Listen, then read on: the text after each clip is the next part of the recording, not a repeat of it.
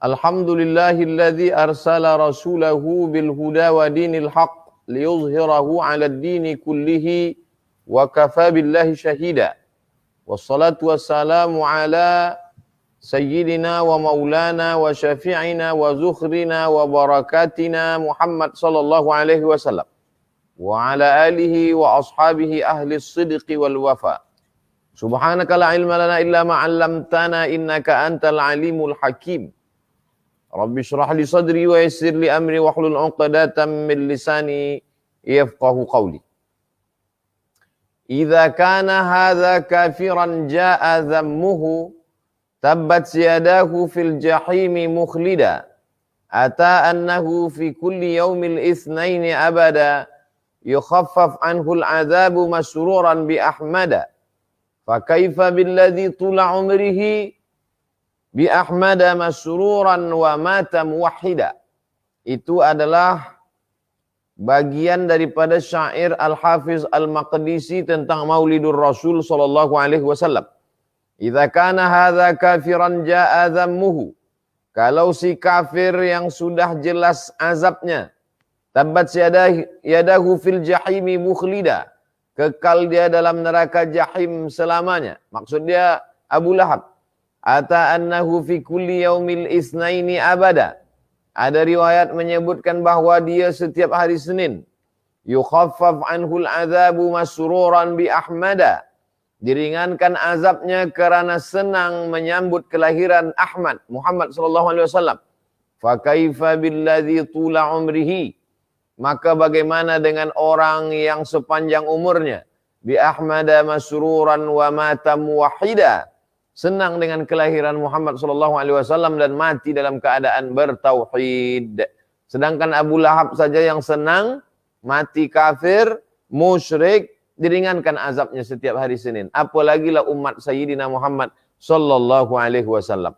Oleh sebab itu apa kata Imam Ibn Taymiyah dalam kitab Iqtida' As-Siratil Mustaqim? Fa ta'zimul maulid wa ittikhadhuhu mausiman qad yaf'aluhu ba'dun nas. Merayakan maulid, membuatnya sebagai suatu musim yang diulang setiap tahun 12 Rabiul Awal. Qad yaf'aluhu ba'dun nas, dilakukan sebagian orang.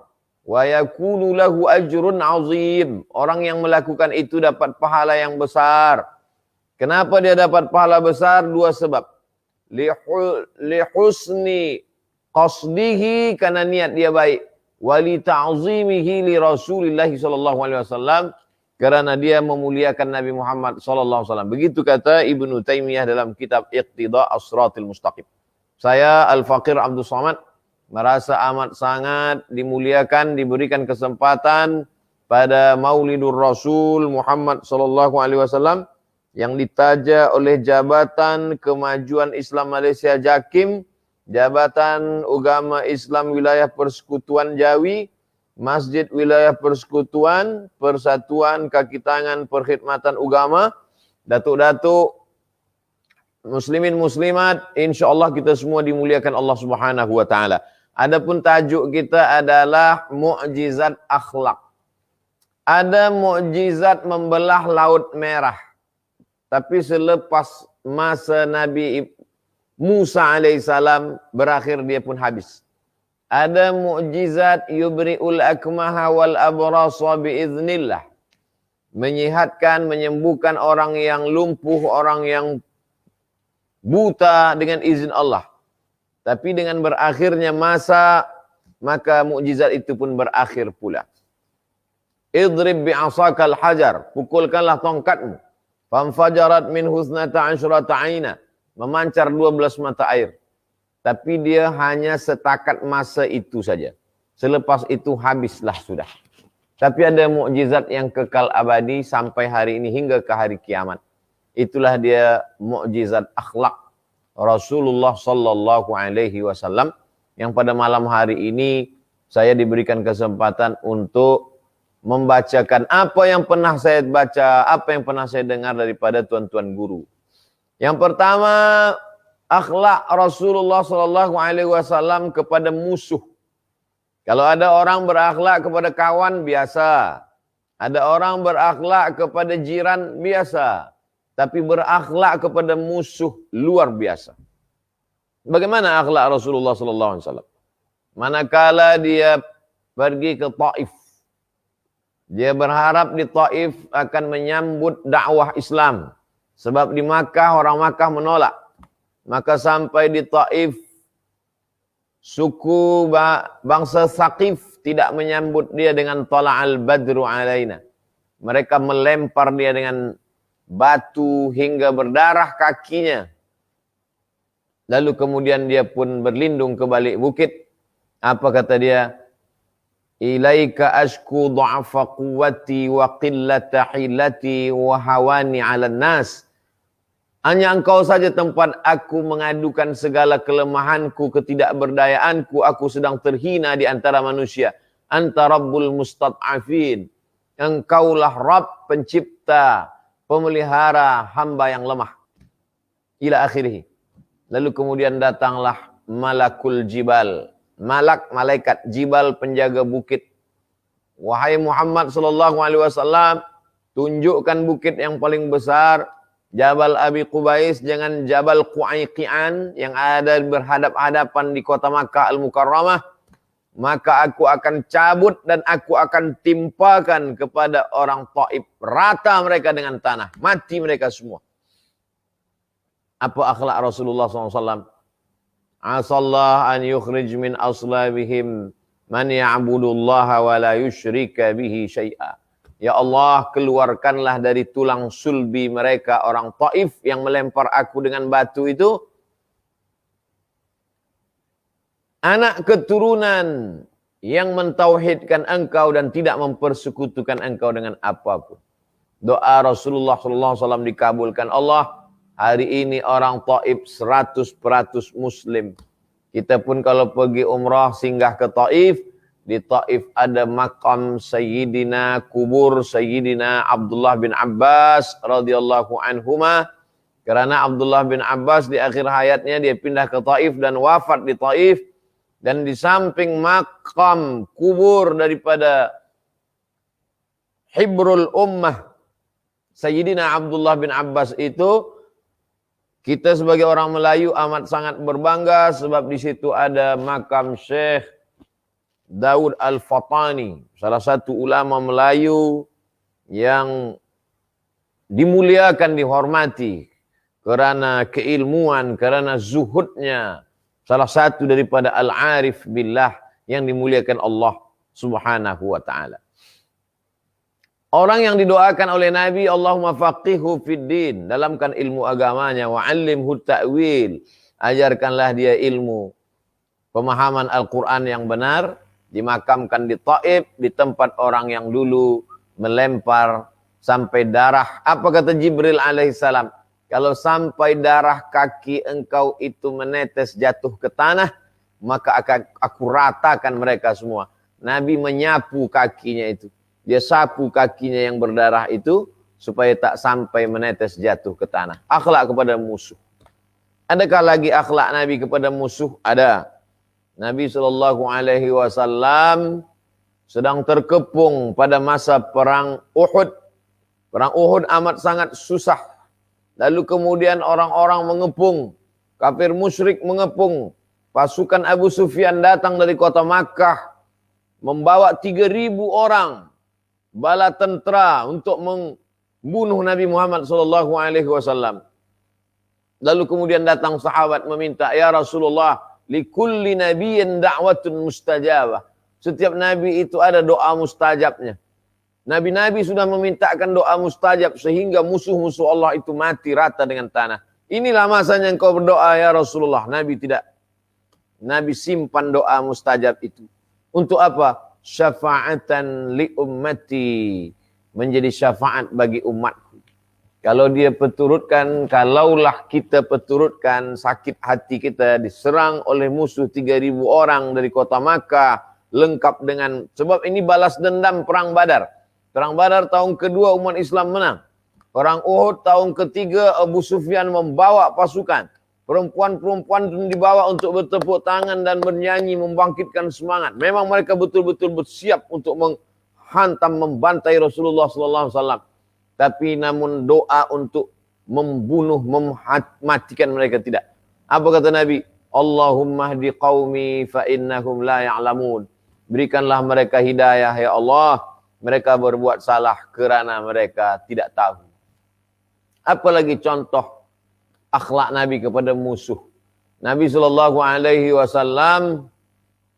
dia berada di kota Al-Madinah Al-Munawwarah. Di Madinah ada Bani Nadir, ada Bani Quraidah, ada Bani Qainuqa, ada Yahudi Khaybar. Maka orang Islam mengucapkan salam kepada Nabi, Assalamu alayka ya Rasulullah. Assalamu alayka ayuhan nabiyyu wa rahmatullahi wa barakatuh. Tapi orang Yahudi ini suka melakukan lahan. Merubah kata, nampaknya kata ni tak ada perubahan. Tapi sebenarnya makna dia buruk. Apa kata orang Yahudi? Assalamu alayka. Assalamu alayka, keselamatan untukmu. Assalamu alayka, matilah engkau. Manakala itu ada Sayyidatuna Aisyah bersama Rasulullah SAW. Dia balas, wa'alaikumussalam wal la'nah. Kamu pun mati dan laknat Allah untuk kamu. Apa kata Nabi SAW? Rifqan. Bersikap lemah lembutlah wahai Aisyah. Innallaha yuhibbur rifqa fil amri kullih. Allah suka kita bersikap lembut dalam semua perkara. Nabi berakhlak kepada musuh. Adakah contoh lain bagaimana akhlak Rasulullah SAW kepada musuh? Ya, pada tahun ke-8, selepas 8 tahun di kota Al-Madinah Al-Munawwarah, Nabi bersama para sahabat datang ke kota Makkah Al-Mukarramah. Membawa 10.000 pasukan. Siap dengan kuda, dengan onta, dengan pedang, dengan tombak, dengan panah, dengan baju perangnya. Siap. Masuk ke kota Makkah Al-Mukarramah. Panglima perangnya namanya Sa'ad bin Ubadah. Panglima perang dari suku Aus yang ada di kota Al-Madinah Al-Munawwarah. Lalu kemudian masuk ke kota Makkah. Sa'ad bin Ubadah mencabutkan pedangnya. Kata Sa'ad bin Ubadah, hadza yaumul malhamah. Ini hari balas dendam. Dulu kamu sudah mengusir Muhammad SAW. Menghalau dia dari tempat kelahirannya. Dulu kamu sudah memusuhi, mengejek, mengolok-olok dia. Dulu kamu sudah membunuh Hamzah pada tahun ke-3 pada perang Uhud. Kamu potong Hamzah. Kamu belah dada Hamzah. Kamu kunyah daging jantung Hamzah. Hadza yaumul malhamah. Ini hari balas dendam. Apa kata Nabi Muhammad SAW memanggil, Ta'al ya Sa'ad. Mari kemari wahai Sa'ad Ubadah. Hadza yaumul marhamah. Yang tadi yaumul malhamah. Billam. Hadza yaumul malhamah. Hari balas dendam. Dia robah mengatakan, Hadza yaumul marhamah. Ini hari berkasih sayang. Lalu kemudian Nabi membersihkan Masjidil Haram. 360 patung hancur dibersihkan. Lalu kemudian dia masuk ke dalam Ka'bah, dia ambil lukisan gambar Nabi Ibrahim akan menyembelih anak, bakar, hangus semua. Tapi tak ada satu nyawa melayang, tak ada satu telinga digunting, tak ada satu hidung dipotong, tak ada satu leher dikerat. Selepas itu Nabi bertanya, ya ahla Makkah, wahai penduduk Makkah, idhabu, pergilah kamu, wa antumut tulaqa, kamu bebas. Kamu bebas, semuanya bebas. Bagaimana dengan musuh-musuh dia dulu? Abu Sufyan. Abu Sufyan yang pada tahun ke-3 Hijrah, perang Uhud membawa 3.000 pasukan. Apa balasan Nabi untuk Abu Sufyan? Kata Nabi SAW, Man dakhala baita Abi Sufyan fahuwa amin. Siapa yang masuk ke rumah Abu Sufyan, maka dia aman, dia tidak diganggu. Siapa masuk ke dalam Ka'bah, aman. Siapa masuk ke Masjidil Haram, aman. Siapa yang masuk ke rumah Abu Sufyan, aman.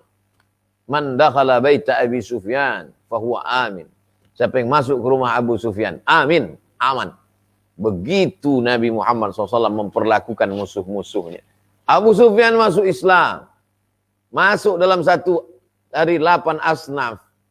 Innama sadaqatu lil fuqara wal masakin wal amilina 'alaiha wal mu'allafati qulubuhum wa fil riqab wal gharimin wa fi sabilillah wa ibnis sabil. 8. Maka Abu Sufyan masuk dalam mu'allaf. Maka dia bagi untuk Abu Sufyan 100 ekor unta. Berapa ribu ringgit satu ekor unta? 100 ekor unta untuk Abu Sufyan. Asnaf zakat sebab dia mu'allaf. Begitu Rasulullah SAW memperlakukan musuh-musuhnya. Akhlak. Kenapa Ustaz bahaskan yang pertama kali akhlak kepada musuh? Sebab berakhlak kepada guru. Semua orang berakhlak pada guru. Berakhlak kepada kawan. Semua agama berakhlak kepada kawan. Tapi berakhlak kepada musuh. Adakah contoh lain akhlak kepada musuh? Ya. Nabi lepaskan pasukan. Satajiduna rijalan fis sawami'. Kamu akan jumpa dengan lelaki-lelaki yang berada di rumah-rumah ibadah. Tak Islam. Pendeta-pendeta yang ada di rumah-rumah ibadah. Tak Islam. La ta'ridu lahum, jangan ganggu mereka. La taqtulu sabiyan murdi'a, jangan bunuh budak kecil yang sedang menyusu. Wala syaikhan faniya, jangan bunuh orang tua renta, tak bertenaga, tak berdaya upaya. La taqta'unna sajaratan, jangan potong pokok kayu. La taqiranna nakhlan, jangan cabut pokok korma. La tahdimu buyutan, jangan hancurkan rumah. Mana akhlak ini ada pada manusia zaman itu? Masa itu kalau sudah masuk ke kampung musuh, ratakan dengan tanah, bakar rumahnya, bakar kurmanya, bakar binatang supaya mati kelaparan. Tapi akhlak, maka Allah memuji Nabi Muhammad SAW bukan ibadahnya. Wahai Muhammad SAW, engkaulah yang ibadahmu sampai hitam keningmu, tak ada. Engkaulah ibadahmu sampai bengkak lututmu, tak ada. Tapi apa pujian Allah untuk dia? Wa innaka la'ala khuluqin azim. Akhlak yang amat sangat agung dan mulia. Itulah dia Sayyidina wa Maulana Muhammad sallallahu alaihi wasallam. Ini pembahasan yang pertama, akhlak kepada musuh. Yang kedua, akhlak di rumah. Kita kalau mau melihat orang, tengok dia di rumah. Sebab di luar rumah orang semua baik. Maka kata orang Jepun, muka manusia ini 3. Muka dia sendiri, muka dia bersama orang di rumah, muka dia dengan orang lain. Kalau mau melihat orang, tengok dia di rumah. Bagaimana Rasulullah SAW di rumah? Khairukum khairukum li ahli. Orang yang paling baik di antara kamu adalah orang yang paling baik kepada orang rumah. Wa ana khairukum li ahli. Dan aku adalah orang yang paling baik kepada orang rumah. Suatu ketika Nabi Muhammad SAW di luar rumah. Dia makan maghafir. Maghafir ini madu. Tapi baunya agak asam sedikit. Sampai di rumah, Sayyidatuna Aisyah menutup hidung. Sebab ada bau masam. Dari maghafir tadi. Apa kata Rasulullah SAW? Mula hari ini aku haramkan maghafir untuk diriku, aku tak akan makan maghafir. Sebab engkau tak suka Aisyah. Turun ayat. Ya ayyuhan nabi, wahai Muhammad SAW, la tuharrimu ma ahallallahu laka tabtaghi mardata azwajik. La tuharrimu ma ahallallah. Jangan kau haramkan yang dihalalkan Allah. Laka untuk dirimu. Tabtaghi mardata azwajik. Untuk menyenangkan istri. Perempuan selalu mengingat kata yang keluar dari mulut. 99 kebaikan dilakukan laki-laki. Ada satu kata yang tak baik. Satu kata yang tak baik itulah yang akan dia ingat. Laki-laki yang tidak berbuat apa-apa, tapi pandai mengeluarkan kata-kata rayuan, itulah lelaki yang baik menurut perempuan. Sebab perempuan terbuai dengan kata-kata. Nabi Muhammad SAW akhlaknya baik, perbuatannya baik, kata yang dia pakai pun baik juga. Maka dia tidak pernah memanggil ya Aisyah. Lalu apa kata dia? Ya Humaira, ahmar, putih. Ya Humaira. Tidak boleh panggil orang abyad. Wahai abyad, ya bayda, tak boleh. Sebab putih itu maaf beri maaf. Putih abyad itu artinya orang yang kena sakit kulit putih. Supak kata orang Melayu. Jadi kalau memanggil orang putih, maka dipanggil ya Humaira, wahai yang kulitnya putih. Nabi memanggil Aisyah, ya Humaira, akhlak dia. Dan Allah Subhanahu wa taala tak pernah memanggil Muhammad, ya Muhammad, tak. Ya ayuhan nabi, qul li azwajika wa banatika wa nisa'il mu'minin. Ya ayuhar rasul, balligh ma unzila ilaika min rabbik. Akhlak. Allah pun mengajarkan akhlak. Bagaimana berakhlak kepada Nabi Muhammad sallallahu alaihi wasallam. Maka dalam mazhab Syafi'i mustahab hukumnya taswid siyadah, mengucapkan nama dia dengan berakhlak di pangkal sayyidina. Bahkan dalam kitab-kitab fiqh mazhab Syafi'i setiap menyebut dia pakai sayyidina di luar salat maupun di dalam salat, di luar azan maupun di dalam azan, berakhlak. Kerana dia berakhlak kepada orang lain, kita pun berakhlak kepada dia. Saya mendengar dengan telinga saya sendiri di Mesir azan pakai sayyidina. Asyhadu anna sayyidana Muhammadar Rasulullah. Hari Jumat di Masjid Syekh Yusri Jabr, mursyid tariqat Syaziliyah, Siddiqiyah Syaziliyah. Asyhadu anna sayyidana Muhammadar Rasulullah. Berakhlak kepada Muhammad sallallahu alaihi wasallam. Sayyidina wa maulana wa syafi'ina Muhammad sallallahu alaihi wasallam. Nabi, pembahasan kedua, berakhlak di rumah. Nabi duduk, datang Sayyidina Al-Hasan, dia peluk, dia cium. Datang Sayyidina Al-Husain, dia peluk, dia cium. Ada seorang Arab Badui. Kata orang Arab Badui, aku 10 anakku lelaki, satu pun tak pernah aku cium. 10 anakku lelaki, satu pun tak pernah aku cium. Apa kata Nabi sallallahu alaihi wasallam? Ar-rahimuna yarhamuhumur rahman. Hanya orang penyayang sajalah yang akan disayang oleh yang Maha Penyayang. Irhamu man fil ardi yarhamkum man fis sama. Sayangilah makhluk di bumi, maka makhluk yang di langit, maksudnya malaikat-malaikat, akan menyayangimu. Begitu Nabi Muhammad sallallahu alaihi wasallam mengajarkan kepada orang yang ada di rumah, kepada anaknya, kepada istrinya, kepada orang yang berkhidmat untuk dia. Manakala Nabi sampai ke kota Al-Madinah Al-Munawwarah, datanglah seorang perempuan bernama Ummu Sulaim. Ummu Sulaim berkata, aku tidak kaya makan macam mereka yang boleh membagikan tanahnya. Mereka membagikan untanya. Aku perempuan biasa, yang boleh aku bagikan hanya anakku ini. Anak lelaki bernama Anas bin Malik. Anas bin Malik berkhidmat kepada Rasulullah sallallahu alaihi wasallam. Mengambilkan selipar Nabi, menyiapkan air sembahyang, berkhidmat kepada Nabi sallallahu alaihi wasallam. Apa kata Anas bin Malik?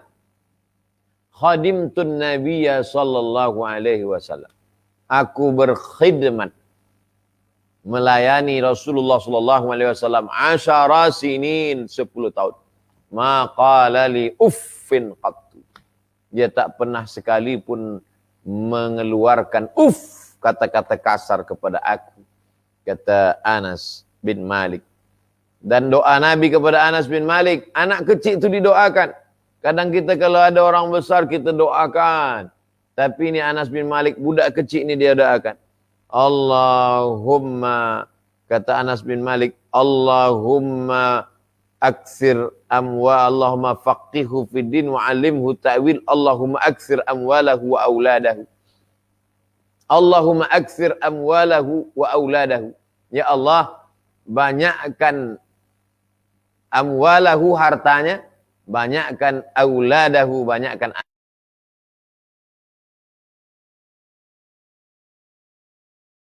fiddin, dalamkan ilmu agamanya, wa'allimhu ta'wil, ajarkan dia. Abdullah bin Abbas pun termasuk budak yang selalu datang ke rumah Nabi SAW. Kenapa? Kenapa selalu datang ke rumah Nabi? Sebab Abdullah bin Abbas punya ayah nama Abbas. Nabi Muhammad SAW punya ayah namanya Abdullah. Abdullah dengan Abbas, adik-beradik kandung, sama-sama anak Abdul Muttalib. Jadi satu sisi Abdullah bin Abbas dengan Nabi Muhammad SAW saudara, kata orang Melayu sewali. Sebab ayah dia adik-beradik. Tapi di sisi lain pula, ibu makcik daripada Abdullah bin Abbas ini adalah istri Nabi Muhammad sallallahu alaihi wasallam. Jadi dua kali dia pertalian keluarga. Itulah mengapa Abdullah bin Abbas selalu datang ke rumah Nabi sallallahu alaihi wasallam dan dia masih budak-budak lagi. Manakala Nabi SAW meninggal, umur Abdullah bin Abbas 15 tahun. Jadi dia umur 13, 14, 15. Begitulah dia serumah dengan datang selalu bersama Nabi SAW. Satu lagi budak yang selalu datang ke rumah Nabi adalah Abdullah bin Umar. Sebab kakak dari Abdullah bin Umar namanya Hafsah adalah istri Rasulullah SAW. Dia pun selalu datang ke rumah. Tapi Nabi tak katakan, "Hai Abdullah bin Umar, kamu mesti begini, begini, begini." Tak. Bagaimana akhlak Nabi? Ni'mal abdu Abdullah. Sebaik-baik budak adalah Abdullah. Sebaik-baik budak adalah Abdullah. Lau kana yaqumu minal lail. Kalau dia mahu qiyamul lail. Cakap itu disampaikan Nabi kepada Hafsah. Hafsah menyampaikan kepada Abdullah. Begitu adab Nabi menasihati. Lalu apa kata Hafsah? Wahai Abdullah, kata Rasulullah SAW, kaulah budak yang paling baik. Kalau engkau mau jaga malam. Maka selepas dia mendengar itu dari Hafsah, dia tak pernah meninggalkan. Menyentuh, masuk ke dalam hatinya tanpa menyinggung perasaannya. Begitu Nabi di rumah.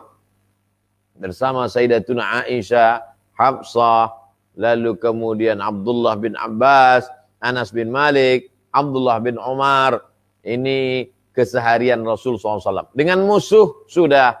Dengan orang di rumah sudah. Sekarang kita teruskan bagaimana akhlak Rasulullah SAW kepada para sahabat-sahabat. Suatu ketika dalam perjalanan musafir. Di tengah perjalanan mereka pun bermusyawarah. Maka kata sahabat, aku yang akan mencari makan. Berburu di tengah gurun pasir. Kata sahabat yang satu, aku yang akan menyembelih, menguliti dan membersihkannya. Kata sahabat satu lagi, aku yang akan memasaknya. Apa kata Rasulullah SAW? Aku yang akan mencari kayu bakar. Sayyidul Anbiya wal Mursalin. Sayyidul Awwalina wal Akhirin. Aku yang akan mencari kayu bakar. Orang sekarang, enggak. Kalau ada kawan mengatakan, aku yang akan berburu. Kamu berburu, kamu memotong menyembelih, kamu yang memasak, kamu mencari kayu. Aku yang akan menghabiskannya. Laqad kana lakum fi Rasulillah uswatun hasanah. Suri tauladan yang baik. Nabi SAW mengikatkan ujung jubah ke pinggangnya. Lalu kemudian nampak perutnya yang basah kerana keringat itu terkena lumpur ketika menggali Khandaq. Ada perang namanya perang Khandaq. Khandaq artinya parit. Karena kata Salman Al-Farisi ada strategi dari Persia, Faris. Kalau kita mau perang, maka kita gali parit panjang sehingga orang dari Makkah tak boleh masuk ke kota Madinah. Gali parit panjang. Nabi SAW ikut menggali perutnya basah kerana peluh, dan lumpur tanah Khandaq itu terkena ke perut Nabi SAW. Sahabat melihat itu. Artinya apa? Nabi turun ke bawah, Nabi ikut menggali, Nabi ikut mengangkat tanah, dan tanah itu kena ke perutnya. Sayyidul Anbiya wal Mursalin, Sayyidina wa Maulana Muhammad sallallahu alaihi wasallam. Begitu juga ketika membangun Masjid Nabawi. Sahabat membawa pelepah korma, sahabat membawa batang korma, sahabat mengambil labin tanah yang dicetak untuk dinding, maka Nabi ikut bekerja sama dengan para sahabat Sayyidina wa Maulana Muhammad sallallahu alaihi wasallam. Begitu Nabi bersama para sahabat, maka Allah Subhanahu wa taala sengaja menurunkan mukjizat untuk Nabi yang terakhir ini, karena mukjizat akhlak inilah yang akan menjadi cahaya Islam di akhir zaman. Hari ini orang akan melihat bagaimana akhlak umat Islam. Al-Islam mahjubun bil muslimin. Agama Islam terhalang, terhijab bukan oleh orang lain, tapi kerana kaum muslimin yang tidak menampakkan akhlak Islam. Ada seorang yang belajar agama Islam. Selepas itu dia pun bersyahadat, asyhadu an la ilaha illallah wa asyhadu anna Muhammadar Rasulullah. Selepas bersyahadat dia pun solat Jumat ke masjid. Sampai di dalam masjid menengok umat Islam yang kotor. Masuk ke toilet masjid, bau busuk. Keluar dari sembahyang Jumat, selipar dia pun hilang. Selepas itu dia berkata, Alhamdulillahi Rabbil Alamin. Aku belajar Islam dari internet. Bersyukur pada Allah aku belajar Islam dari website. Kalaulah menengok perbuatan umat Islam, amat sangat jauh antara Muslim dengan Islam. Maka kata Syekh Muhammad Abduh, manakala dia berada di Paris, Perancis, di sini aku berjumpa dengan Islam, tapi aku tak jumpa Muslim. Di kampungku aku bertemu dengan Muslim, tapi tidak Islam. Apa maknanya? Ada akhlak, akhlak budi pekerti, sopan santun, budi bahasa, lemah lembut, akhlak untuk tertib, akhlak untuk bersih. Inilah akhlak akhir zaman.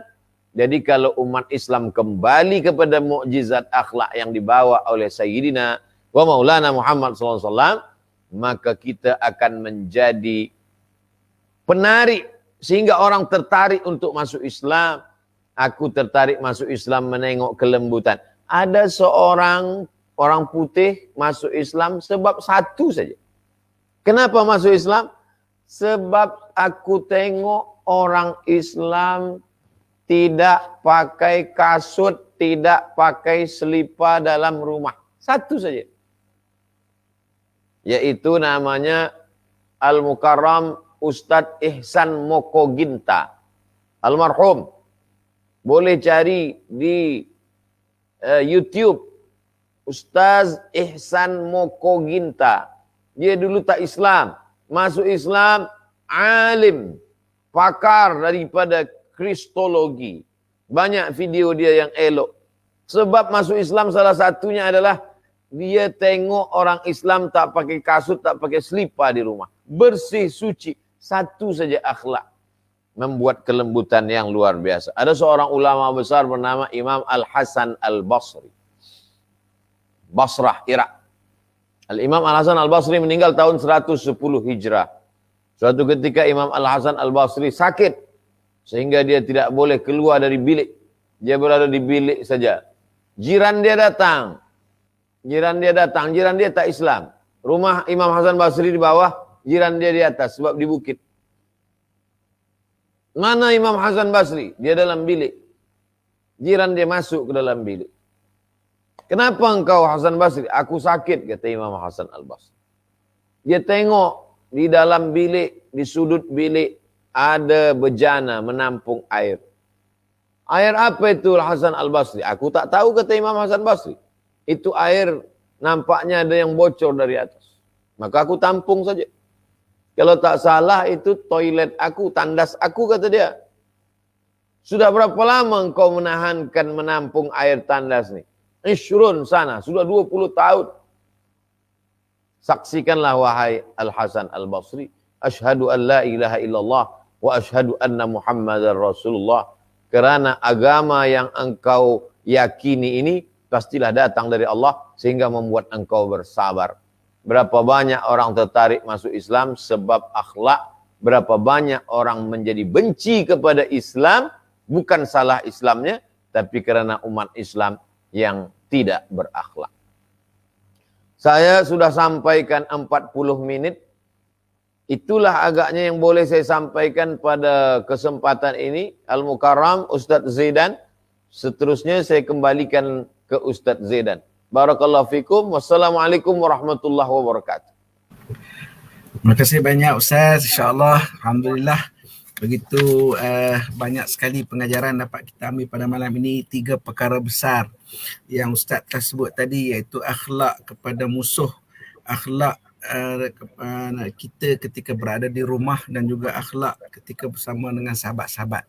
Saya kira Ustaz, ramai sahabat-sahabat kita bersiaran dengan kita pada malam ini, dan ramai sekali yang telah memberikan ucapan terima kasih kepada Bagus Ustaz kerana dapat bersama-sama berkongsi dengan kita pada malam ini. Saya mengambil sedikit kesempatan ini Ustaz kerana ada yang bertanya dalam Facebook live kita pada malam ini. Salah seorangnya saudara Fairuz Muhammad Ali. Mohon kepada yang berbahagia Ustaz Somad untuk berikan ayat-ayat yang boleh melembutkan akhlak hati seorang isteri supaya patuh kepada orang tua, katanya saudara Fairuz Muhammad Ali. Mungkin Ustaz boleh berkongsi sikit pada malam ini dalam konteks akhlak Nabi SAW dalam bermuamalah dengan isteri-isteri baginda, dalam konteks mendidik, dalam banyak aspek yang boleh kita kongsi pada malam ini. Silakan Ustaz. Yang pertama, manusia diberi kefahaman, kesedaran melalui akalnya. Maka perempuan tadi disedarkan akalnya tentang kewajiban seorang perempuan. Lau kuntu amiran ahadan ayasjuda ala ahadin. Kalau seandainya bolehlah manusia bersujud kepada manusia. Manusia tak boleh sujud pada manusia. Seandainya boleh manusia bersujud kepada manusia, pastilah ku perintahkan istri bersujud kepada suami. Kata Nabi Muhammad SAW. Jadi istri-istri, walaupun nampaknya yang bertanya ni Tuan Fairuz, tapi sebenarnya tidak hanya untuk istri Tuan Fairuz saja. Semua istri-istri yang menonton program kita malam ini, termasuk istri saya juga. Semua istri umat Islam, yang tak Islam sekalipun, supaya dia tahu begini ajaran Islam. Bahawa orang difahamkan dengan dua, hati manusia disentuh dengan 2 cara. Pertama, dengan ilmu melalui akal. Dibagi dia pengajaran-pengajaran. Innama huwa jannatuki wa naruki. Sesungguhnya huwa, suamimu itu, jannatuki, dia boleh menjadi surgamu, wa naruki, dan dia pun boleh juga menjadi nerakamu. Lalu kemudian perempuan itu ada 5 tahapan, 5 langkah. Fa'izuhunna, bagi mereka nasihat. Kalau tak juga masuk nasihat, berbuih mulut tak juga masuk nasihat. Wahjuruhunna fil madaji', pisah tempat tidur. Sehari, 2 hari, seminggu, sepekan, sebulan. Supaya dia bertenang, berfikir. Sebab bila tiap-tiap hari jumpa mungkin dia bosan. Zurghibban tazdad hubban. Jarang jumpa membangkitkan cinta. Tak juga berubah. Wadribuhun. Tapi yang 3 ni sekarang tak boleh pakai. Tak boleh main pukul. Dulu mungkin ada perempuan badui memang dipukul dia baru berubah. Tapi sekarang kita tak boleh buat. Yang keempat, fab'atsu hakaman min ahlihi wa hakaman min ahliha. Ini kalau 2 orang ni berjumpa, dia tak boleh berjumpa lagi. Dia sudah macam Tom and Jerry. Maka mesti cari hakaman min ahli, hakam. Hakam artinya wasit, penengah. Hakama min ahli dari lelaki, wa hakama min ahliha, keluarga dari lelaki, keluarga perempuan, dia duduk bersama. Perempuan mesti dinasihati. Maka ada 5 hak perempuan pada diri laki-laki yang merupakan kewajiban lelaki. Wajib bagi lelaki dan itu hak perempuan. Kalau lelaki tidak membagi ini, maka dia akan dituntut di hadapan Allah. Makanan, pakaian, tempat berdiam, rumah, pendidikan, perhatian. Pendidikan, asal muasalnya lelakilah yang mendidik perempuan. Sebab dia tak boleh mendidik, sebab dia pun tak ada ilmu. Faqidus syai' la yu'ti. Orang yang tak punya apa-apa, dia takkan mungkin boleh bagi apa-apa. Maka alhamdulillah ada jakim. Alhamdulillah ada masjid. Alhamdulillah ada mufti. Alhamdulillah Malaysia tak kurang dari satu apapun. Universiti-universiti Islam. Pelajar-pelajar. Para ulama-ulama dari berbagai macam universiti dunia kembali ke Malaysia. Maka tak ada alasan untuk isteri tidak patuh, tidak mendengar tazkirah, kajian, televisyen, radio, macam-macam ada di Malaysia. Disentuh yang pertama, akalnya. Yang kedua adalah doa. Doa. Maka doa, jangan pernah muak untuk berdoa. Rabbana hablana min azwajina. Jadikanlah pasangan hidup kami. Wa dzurriyyatina. Anak cucu keturunan kami. Qurrata a'yun. Sejuk dipandang mata. Cubalah kita tengok bagaimana kalimah yang dipilih Allah. Sejuk dipandang mata. Sebab yang pertama kali memandang adalah mata. Sejuk dipandang mata. Qurrata a'yun. Waj'alna lil muttaqina imama. Jadikanlah kami menjadi pemimpin bagi orang yang bertakwa. Lelaki yang bertakwa, insya Allah, maka anak keluarganya sejuk dipandang mata, maka mesti ada. Jangan pernah kita menuntut banyak, kamu mesti begini, tapi lelaki tidak bertakwa. Man tazawwaja, siapa yang menikah, faqad istakmala nisfal iman, dia sudah menyempurnakan setengah daripada iman. Ad-du'a silahul mu'min. Doanya adalah senjata orang beriman. Doa terbagi 2. Yang pertama doa ma'thur. Doa ma'thur ada dalam Quran, ada dalam hadis. Rabbana hablana min azwajina wa dzurriyyatina qurrata a'yun waj'alna lil muttaqina imama. Ma'thur. Tapi ada doa yang tak ma'thur. Doa yang kita buat sendiri. Dengan bahasa kita, bahasa Melayu. Minta kepada Allah Ta'ala. Aku ya Allah meminta kepada Engkau supaya istriku Fulan bin Fulanah binti Fulan lembutkan hatinya. Ya Muqallibal Qulub, Engkau yang membalik-balikkan hati. Ya Latif, Engkau yang maha lembut, lembutkan hatinya untuk taat. Kalau belum berhijab supaya dia berhijab. Kalau dia belum menutup aurat supaya tudung labuh baju panjang. Kalau dia masih melawan keras hati supaya Engkau lembutkan. Minta kepada Allah SWT. Ad-du'a la yaruddul qadha illa du'a. Tak ada yang boleh merubah takdir, tapi doa boleh merubah. Wallahu a'lam bishawab. Demikian Al-Mukarram Ustaz Zaidan. Ustaz Zaidan, Ustaz Nur Zaidan. Barakallah. Terima kasih Ustaz, Tuan Guru, Ustaz Abdul Samad atas penjelasan tadi. Ramai sekali penonton kita pada malam ini Ustaz memberikan ucapan terima kasih kepada Ustaz atas perkongsian 5 hak isteri tadi. Alhamdulillah. Dan juga doa-doa yang boleh dibaca insya-Allah. Saya ingin memetik seorang lagi penonton kita pada malam ini Ustaz, Saudara Fini Ramli. Beliau memohon untuk Ustaz sedikit berkongsi pasal syafaat Nabi Muhammad di akhirat nanti Ustaz, insya-Allah. Baik.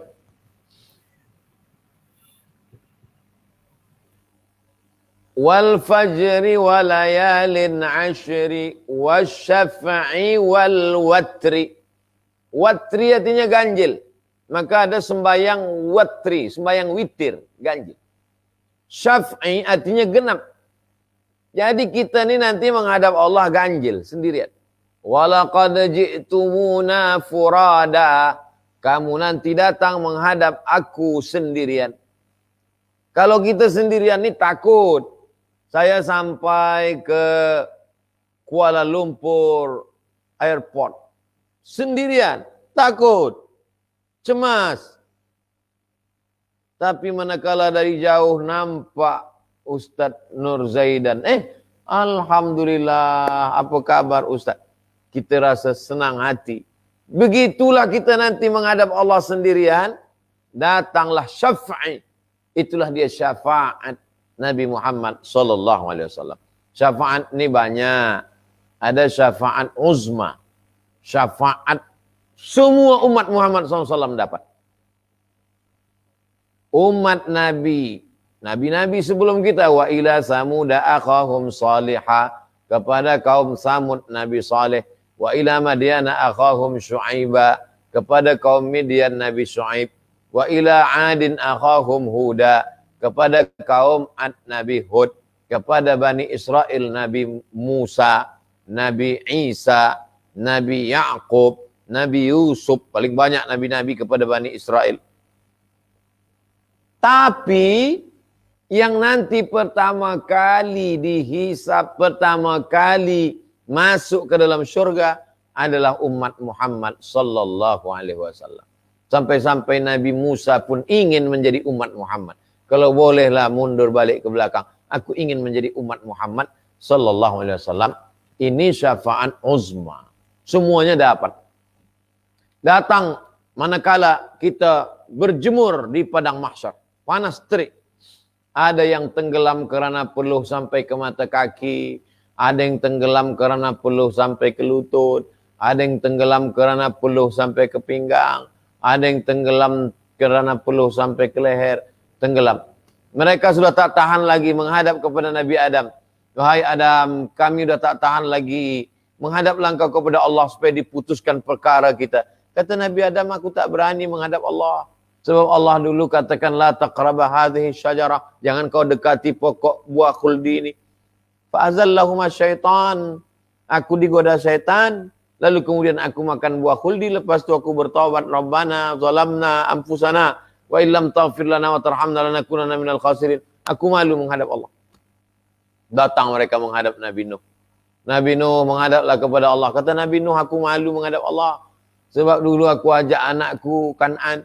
Ya bunayya arkam ma'ana. Wahai anakku Kan'an, marilah naik ke atas sampan ayah. Anakku menjawab, sa'awi ila jabalin ya'simuni minal ma'. Aku tak mau naik ke sampan ayah. Aku akan naik ke atas bukit yang bisa menyelamatkan aku. Aku malu menghadap Allah, kata Nabi Nuh alaihissalam. Mereka datang menghadap kepada Nabi Ayub. Mereka datang kepada Nabi Yunus. Kata Nabi Yunus, aku malu sebab aku meninggalkan umat masuk ke dalam sampan, diundi, lepas itu aku masuk ke dalam laut dimakan ikan. La ilaha illa anta subhanaka inni kuntu minaz zalimin. Nah, tak ada nabi-nabi yang sanggup menghadap Allah SWT. Sampailah kepada Nabi Sayyidina wa syafi'ina wa qurrati a'yunina Muhammad sallallahu alaihi wasallam. Dia yang berani menghadap Allah. Kenapa? Kerana dengan kesempurnaan akhlaknya, dengan segala kesabarannya, maka semua mendapatkan kemuliaan kerana Muhammad sallallahu alaihi wasallam. Itu mukjizat secara am. Nanti ada mukjizat khas lagi. Mukjizat khas kerana banyak bersolawat.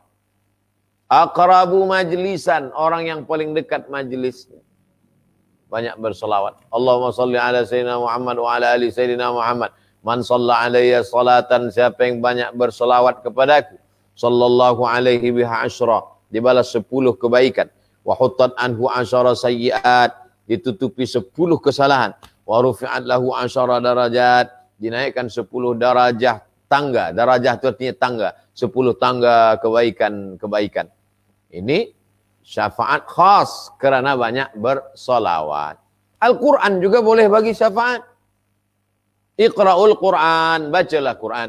Fa innahu ya'ti yaumal qiyamah. Kerana Quran nanti akan datang pada hari kiamat. Syafi'an li ashabi, memberikan syafaat kepada orang yang membacanya. Orang-orang soleh pun boleh memberikan syafaat.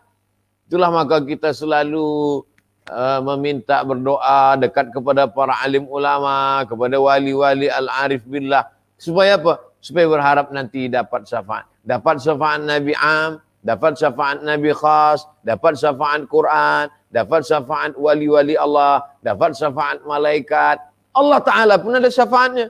Dalam hadis panjang tentang syafaat dalam Sahih Bukhari, selepas semua membagi syafaat, kata Allah, tinggal aku yang belum. Aku pun akan bagi syafaat. Maka Allah Subhanahu wa Ta'ala dengan kudrat dan iradatnya seperti laisa kamitslihi syai'un. Kita masukkan tangan kita ke dalam tanah. Tanah liat di tengah sungai. Kita masukkan tangan kita ke dalam pasir. Ada pasir yang terangkat ke atas. Kita masukkan tangan kita ke dalam kacang tanah, ke dalam kacang hijau. Lepas tu kita naikkan ke atas. Ada beberapa biji kacang hijau yang tersangkut di atas. Lepas itu kemudian kita campakkan ke air. Kerana cahaya matahari, maka kacang hijau tadi pun tumbuh. Begitulah. Seperti itulah gambarannya tentang orang yang masuk neraka, lalu kemudian mendapat syafaat Allah, lalu kemudian dicampakkan ke dalam sungai surga, lalu kemudian dia menjadi bersih, dan akhirnya dia masuk ke dalam surga, menjadi penghuni surga, tapi di tengkuknya ada tulisan bekas penghuni neraka. Syafaat. Jadi, man dzalladzi yashfa'u 'indahu illa bi'izni. Siapa yang boleh memberikan syafaat? Illa bi'izni. Semua yang boleh memberikan syafaat. Syafaat Nabi, syafaat Quran, syafaat malaikat, syafaat wali Allah. Semuanya boleh memberikan syafaat bi'izni, dengan izin Allah Subhanahu wa Ta'ala. Demikian Ustaz Zaidan. Wallahu a'lam bishawab. Alhamdulillah Ustaz, Tuan Guru. Alhamdulillah, terima kasih banyak. Kita ada sedikit masa lagi untuk soalan yang terakhir, boleh Ustaz? Barakallah. InsyaAllah. Ada yang bertanya bagaimana cara untuk kita mendidik anak-anak muda kita ni untuk mencintai Rasulullah. Sedangkan realiti hari ni ramai yang lebih mencintai artis Korea daripada Rasulullah, Ustaz. Mungkin Ustaz boleh bagi sedikit tips untuk anak-anak muda kita ni supaya untuk mencintai Rasulullah melebihi daripada meminati artis-artis Korea ni, Ustaz. Silakan. Kita mesti pilih anak muda yang handsome, yang suaranya bagus, yang style dia, style anak muda. Supaya dia boleh menjadi model. Kalau di Indonesia memang ada ustaz khas untuk anak muda. Ada Ustaz Salim Afillah, boleh tengok di YouTube. Ustaz Salim Afillah, anak muda. Ada Ustaz Muzammil Hasballah, Ustaz Muzammil Hasballah, khas tu anak muda. Ada Ustaz Hanan At-Taqi, memang mereka ni membina anak muda. Ustaz Hanan, dia guna skateboard, dia guna pakaian dia, memang betul-betul anak muda. Jadi khas anak muda. Kalau Ustaz Abdul Somad, ini untuk yang tua-tua saja. Jadi mesti kita bentuk, mesti kita persiapkan supaya mereka lah yang akan menjadi bintang iklan untuk Islam anak muda ni. Saya yakin di Malaysia ada itu, ada. Cuma saya belum tak ingat nama. Tapi insyaAllah ini salah satu usaha kita. Yang tak boleh, pertama melalui ustaz. Karena ustaz ni akan menjadi magnet, menjadi penarik sehingga orang tertarik. Yang kedua adalah melalui buku. Kadang buku-buku Islam ni bahasanya pun bahasa-bahasa tua, bahasa lama. Cobalah dirubah dengan bahasa anak muda, dengan bahasa orang sekarang. Buku, novel. Ini di Indonesia ketika cinta bertasbih, ayat-ayat cinta, di bawah mihrab cinta. Ini sebenarnya ini sudah dimulai ulama dari masa dulu lagi. Masa Buya Hamka, di bawah lindungan Ka'bah, tenggelamnya kapal Pandarwik, dan lain sebagainya. Kerajaan Malaysia, Masya Allah, terhadap Buya Hamka. Mereka bagi Universiti Kebangsaan Malaysia membagi doktor honoris causa untuk Buya Haji Abdul Malik Karim Amrullah, sebab dia tidak hanya sebagai seorang ulama tafsir Al-Azhar, tapi juga dia menulis novel untuk anak-anak muda. Yang ketiga, melalui film animation. Jadi kalau kita tengok bagaimana bilisani qaumihi, dengan bahasa dia. Ud'u ila sabili rabbik, ajaklah orang ke jalan Tuhanmu, bil hikmah wal mau'izatil hasanah wajadilhum billati hiya ahsan. Dengan hikmah, salah satu dengan hikmah adalah, maka ada orang, segala pintu dakwah kita mesti siapkan. Ada orang tertarik kalau ada da'i yang muda, siapkan da'i muda. Ada tertarik kalau dia baca novel, siapkan novel. Ada tertarik kalau ada film tentang agama Islam, siapkan film. Saya dulu, masa-masa muda dulu, sangat suka menengok film dokumenter dari Malaysia, Jejak Rasul. Jadi saya setiap petang Ramadan, waktu itu umur 15-16 tahun, setiap petang Ramadan, saya hidup TV, tengok Jejak Rasul. Tentang Ashabul Kahfi, tentang Mesir. Bahkan saya tertarik untuk pergi ke Mesir, salah satu sebabnya menengok Jejak Rasul. Bagaimana dalam filem Jejak Rasul itu, orang Malaysia sampai ke Kahira, dia menengok orang Mesir tepi sungai Nil. Oh, macam itu. Jadi ada ketertarikan. InsyaAllah dengan itu terselamatlah anak-anak muda kita ini. Sebab anak muda mungkin tak dengar tazkirah. Anak muda mungkin tak dengar pengajian. Kalaupun dia datang khutbah Jumat, dia cari mana khutbah yang paling pendek, lepas tu dia pergi saja. Tapi yang 3 tadi tu kalau kita isi, kita cari anak muda yang memang baik untuk itu. Artis juga boleh. Dia tidak berfatwa tapi dia menampilkan Islamik. Lalu kemudian melalui novel, melalui film. Maka insyaAllah lagu-lagu juga. Lagu-lagu saya kategorikan masuk dalam yang salah satu dari yang 3 tadi. Kalau Mesir, itu lagu Atif. Atif ya, Qamarun. Qamarun. Itu anak muda yang luar biasa dari beberapa tahun lepas. Dia pun membawakan nyanyian itu tidak seperti ibtihal. Ibtihal orang Mesir itu biasa orang tua. Pakai jubah, pakai imamah. Enggak. Tapi Atif dia pakai t-shirt, pakai celana jeans. Memang anak-anak muda tertarik dengan itu. Atif. Cuba tengok di YouTube. Atif. Lalu kemudian dengan bahasa anak muda ini insyaAllah menyentuh. Tapi itu sekadar ikhtiar usaha saja. Puncanya adalah bagaimana doa. Kita doakan. Bapaknya, ibunya mendoakan anak. Supaya anak ini terbuka pintu hidayah. Barulah kemudian dari rumah dia didakwah melalui doa, melalui kesadaran. Bapaknya mendidik, ibunya mendidik. Anak ini lalu kemudian tanggung jawab kita bersama. Di antara yang akan ditanya nanti di padang mahsyar adalah an syababihi, masa muda. Kemana kau habiskan? Innahum fitsyatun. Mereka adalah anak-anak muda. Amanu bi rabbihim. Mereka beriman kepada Allah. Wazidnahum huda.